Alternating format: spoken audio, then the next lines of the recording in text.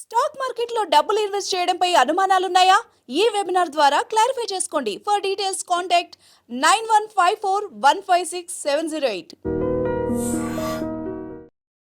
Hi hello నమస్తే, welcome back to our channel. ఈరోజు మనతో ఉన్నారు AMFI certified mutual fund distributor అలాగే ఫైనాన్షియల్ అడ్వైజర్ అయిన రమేష్ పసుపులేటి గారు. ముఖ్యంగా stock market, mutual funds, index funds ఇలాంటి వాటిలో ఇన్వెస్ట్మెంట్స్ అనేవి ఎంత సేఫ్ అంటే చాలా వరకు రిస్క్ ఉన్నా కూడా రిస్క్ తక్కువ ఉన్న ఫండ్స్ కూడా ఉంటూ ఉంటాయి. అట్ ది సేమ్ టైం సేఫెస్ట్గా కూడా ఇందులో మనం ఇన్వెస్ట్ చేయొచ్చు. సో అని ఇలాంటి విషయాలన్నీ సార్ నుండి తెలుసుకుందాం. నమస్కారం సార్. నమస్తే అండి.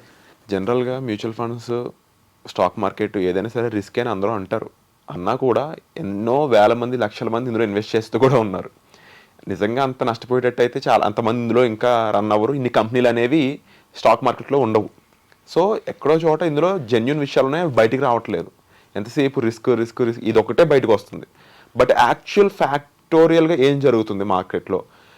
నార్మల్ పీపుల్, కామన్ పీపుల్ 500 రూపాయల నుంచి 1000 రూపాయలు, 10,000, 5,000 లేకపోతే కొంతమంది 20,000, 30,000 ఇన్వెస్ట్ చేయాలని చాలామంది రకరకాల ఆడియన్స్ ఉన్నారు మనకి డిఫరెంట్ లెవెల్స్లో.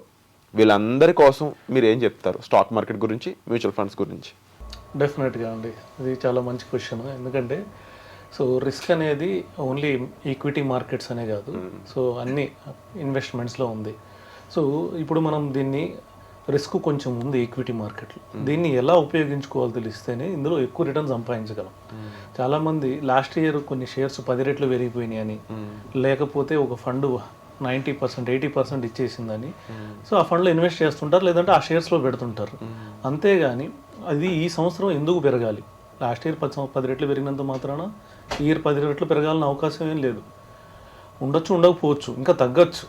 సో 10 రెట్లు పెరిగింది కాబట్టి తగ్గే అవకాశమే ఉంది. సో ఇక్కడ రిస్క్ అనేది ఉంది. ఇప్పుడు ఒక 1 ఇయర్ కోసం మార్కెట్లో వచ్చిన వాళ్ళు లాస్ అవ్వడానికే ఎక్కువ అవకాశం ఉంది. ఎందుకంటే 1 ఇయర్లో ఒక్కోసారి గ్లోబల్ మొత్తం వరల్డ్లో సిచ్యువేషన్స్ కానివ్వండి, లేకపోతే ఇండియాలో ఏమైనా సిచ్యువేషన్స్ కానివ్వండి, ఇన్ఫ్లేషన్ అని ఇలాగ చాలా కారణాలు ఉన్నాయి. అంటే నేను ఇప్పుడు డబ్బులు పెట్టి సంవత్సరంలోకి తీసేసుకుందాం డబ్బులు అనుకుంటే నష్టపోయే అవకాశం ఎక్కువ ఉంది. లాభం ఉండే అవకాశం ఉంది కానీ చాలా తక్కువ ఉంది, లాస్ అయ్యే అవకాశం ఉంది. సో అందుకని ఏం చేయాలంటే ఇప్పుడు మనం హిస్టారికల్గా పాత 1 ఇయర్ కాకుండా 5 ఏళ్ల క్రితం, 5 ఏళ్ళ నుంచి ఇప్పుడు వరకు ఎన్ని రిటర్న్స్ వచ్చాయి మ్యూచువల్ ఫండ్లో చూస్తే ఆల్మోస్ట్ చాలా ఫండ్స్ 20% అబోవ్ రిటర్న్ ఇచ్చాయి. Multi cap funds, small cap funds కొన్ని 30% అబోవ్ కూడా ఇచ్చాయి రిటర్న్. అలాగే మనం దీన్ని 5 ఇయర్స్కి యూజ్ చేసుకోవాలి. ఎందుకంటే 1979 నుంచి కూడా మార్కెట్ చూస్తే ఎవ్రీ 5 ఇయర్స్ 79-84 వరకు, 1979-84 వరకు, 80 నుంచి 85 వరకు, ఇలాగ ఎవ్రీ 5 సంవత్సరాలు చూసుకుంటే మార్కెట్ 12% రిటర్న్ ఇచ్చింది. సో ఇది మన కళ్ళ ముందు కనబడుతుంది డాటా అంతా.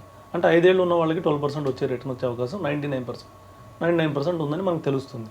తెలిసినప్పుడు మనం ఆ రిస్క్ని ఎలా యూజ్ చేసుకోవాలంటే 5 ఇయర్స్కి మనం ఇన్వెస్ట్మెంట్గా యూజ్ చేసుకోవాలి. యూజ్ చేసుకుంటే రిస్క్ లేదు. 99% ప్రాఫిటే పొందారు కదా, అంటే రిస్క్ లేదు. ఇంకోటి వచ్చి మనం ఇదే కాదు, ఈక్విటీ మార్కెట్ అనే కానివ్వండి, మ్యూచువల్ ఫండ్ అన్నా కూడా ఇలాగే మనం కొన్ని వేరే ఇన్వెస్ట్మెంట్స్ చూద్దాం. సపోజ్ రియల్ ఎస్టేట్ ఉంది, మనం ఒక ప్లాట్ కొంటున్నాం, ఒక ల్యాండ్ కొంటున్నాం. దాన్ని మనం 1 ఇయర్ కోసం కొనం కదా. ఇప్పుడు ఒక ల్యాండ్ కొంటున్నామంటే 1 ఇయర్ తర్వాత అమ్మాలని మనం కొనం.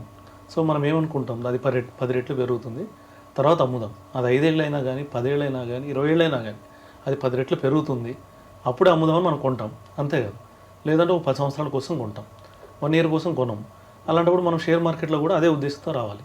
అది 10 రెట్లు అయినప్పుడు తీసుకుందామని రావాలి. లేదంటే 1 ఇయర్ కోసం దాంట్లో ఇన్వెస్ట్ చేయకూడదు. 5 సంవత్సరాల కోసం వస్తే కూడా చాలా మంచి రిటర్న్ వచ్చే అవకాశం ఉంది. ఇది ఫస్ట్ పాయింట్.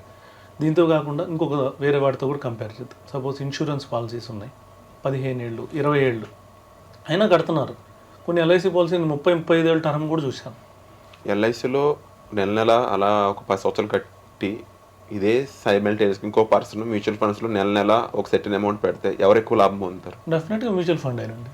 ఎందుకంటే ఎల్ఐసిలో ట్రెడిషనల్ ఇన్వెస్ట్మెంట్లో పర్టికులర్గా మేబీ 6% వర్కౌట్ అవుతుంది. కాకపోతే కొద్దిగా రిస్క్ కవర్ ఉంటుంది కొంచెం, ఇక్కడ రిస్క్ కవర్ ఉండదు. కానీ మ్యూచువల్ ఫండ్లో 10 ఇయర్స్ ఉన్న వాళ్ళకి 15% రిటర్న్ వచ్చే అవకాశం ఎక్కువ ఉంది. మినిమం అని ఏమని చెప్పలేం, 12-15% మనం తీసుకోవచ్చు. సో డెఫినెట్గా వస్తుంది. ఎందుకంటే మనం చూసిన ఫండ్స్లో majority of funds 90% funds 12-15% return ఇచ్చాయి. 10 ఇయర్స్ డౌన్ ది లైన్లో 20% ఇచ్చే ఫండ్స్ ఏమైనా ఉన్నాయా? In case last historical data పరంగా అడుగుతున్నాను. లాస్ట్ 10 ఇయర్స్లో 20% అబోవ్ ఇచ్చిన ఫండ్స్ చాలా ఉన్నాయి. ఓకే, చాలా మిడ్ క్యాప్ ఫండ్స్ ఉన్నాయి, చాలా స్మాల్ క్యాప్స్ ఉన్నాయి, చాలా గ్రోత్ ఫండ్స్ ఉన్నాయి. 20% అబోవ్ ఇచ్చిన ఫండ్స్ చాలా ఉన్నాయి. సో మనం దీన్ని చూసుకొని మనం ఏమనుకోవచ్చు అంటే 12% మినిమం ఇస్తుంది అనుకోవచ్చు. 20% ఇవ్వలేకపోయినా 20% ఇచ్చిన ఫండ్ ఎంత వరస్ట్ పెర్ఫార్మెన్స్ తీసినా 12% రిటర్న్ ఇవ్వడానికి అవకాశం ఎక్కువ ఉంది. ఇప్పుడు మనం 6% రిటర్న్తో ఫాస్ట్గా పరిగెత్తినా 12% రిటర్న్తో మనం ఫాస్ట్గా పరిగెత్తి ఏది ఫాస్ట్గా పరిగెత్తుందో మనకు అందరికీ తెలిసింది. డెఫినెట్లీ. సో ఆ విధంగా మనము ఒక ఇన్వెస్ట్మెంట్ చేసేటప్పుడు దాని గురించి పూర్తిగా అర్థం చేసుకొని, ప్లస్ ఇంకొక విషయం ఏంటంటే ఇక్కడ మ్యూచువల్ ఫండ్ అనేది డిఫరెంట్. మళ్ళీ ఈక్విటీ మార్కెట్లో కూడా మంచి స్టాక్స్ సెలెక్ట్ చేయడం మ్యూచువల్ ఫండ్ అనేది. ఇప్పుడు ఈక్విటీ మార్కెటే మంచిది అనుకున్నాం, ఎవ్రీ 5 yearsకి 12% రిటర్న్ ఇస్తుంది అనుకున్నాం. అలాంటిది మ్యూచువల్ ఫండ్ అంటే ఆ స్టాక్స్లో కూడా బెస్ట్ స్టాక్ సెలెక్ట్ చేయడం. సో ఇది ఇంకొద్దిగా ఎక్కువ రిటర్న్ ఇచ్చే అవకాశం. స్టాక్ మార్కెట్లో కొత్తగా వచ్చే వాళ్ళు మీరు ఏం చెప్తారు? రిస్క్ అని చెప్తారా, లేదంటే రిస్క్ కూడా మినిమైజ్ చేసుకుని పని చేసుకోవచ్చు అని చెప్తారా? వాళ్ళందరికీ కూడా ఎదగాలని ఉంటుంది, డబుల్ చేసుకోవాలని ఉంటుంది, ఎంతసేపు ఇన్ఫ్లేషన్ని బీట్ చేయలేని ఆ ఎఫ్డీలో కంటే కూడా ఒక బెటర్ ఇన్వెస్ట్మెంట్ ఆప్షన్ కావాలని డెఫినెట్లీ ఉంటుంది. ఈ విషయాలు తెలియని వాళ్ళు కూడా ఉంటారు. వాళ్ళందరికీ, కొత్త వాళ్ళందరికీ మీరు చెప్పే మాట ఏంటి? డెఫినెట్గా అండి, రిస్క్ ఉంది, ఆ రిస్క్ని మనం కరెక్ట్గా వాడుకోవాలి. ఇంకో విషయం చెప్తాను, ఇది కూడా మంచి రిస్క్ అనుకోవాలి. సో రిస్క్ని మనం ఎలా వాడుకోవాలో తెలిస్తే దాని బెనిఫిట్స్ పొందొచ్చు. సో ఇప్పుడు మనం స్విచ్ చేస్తాం, అది రిస్కే కదా. అవును. మన జీవితకాలంలో ఎన్నోసార్లు రోడ్లు దాటాం, అది కూడా రిస్కే. కానీ మనం దాని గురించి అవగాహన తెచ్చుకొని ఎలా రోడ్డు దాటితే మనకి యాక్సిడెంట్ అవ్వదు, సో ఎలా కరెంట్ యూజ్ చేయొచ్చు, మనం ఇలా తెలుసుకొని యూజ్ చేస్తున్నాం, దాని బెనిఫిట్స్ పొందుతున్నాం. అంతే ఇవి కూడా ఇది కరెక్ట్గా అర్థం చేసుకొని ఇన్వెస్ట్ చేస్తే ఇది చాలా మంచి రిస్క్లో చాలా మంచి రిటర్న్ వచ్చింది. Wonderful sir. సో ఈ రిస్క్ అనే దాని మీద చాలామంది రాంగ్ ఇన్ఫర్మేషన్తో స్టాక్ మార్కెట్లోకి ఎంటర్ అవ్వకుండా ఆగిపోతున్నారు, లాభాలు పొందలేకపోతున్నారు. నిజంగా స్టాక్ మార్కెట్లో ప్రాఫిట్స్ పొందే చాలా ఆపర్చునిటీస్ అనేవి ఉన్నాయి. వాటి గురించి తెలుసుకోవాలనుకున్నట్లయితే రమేష్ పసుపులేటి గారు కండక్ట్ చేయబోయే వర్క్షాప్కి అటెండ్ అవ్వచ్చు. డీటెయిల్స్ కోసం డిస్ప్లే అవుతున్న నెంబర్స్ కాల్ చేయండి. Thank you so much.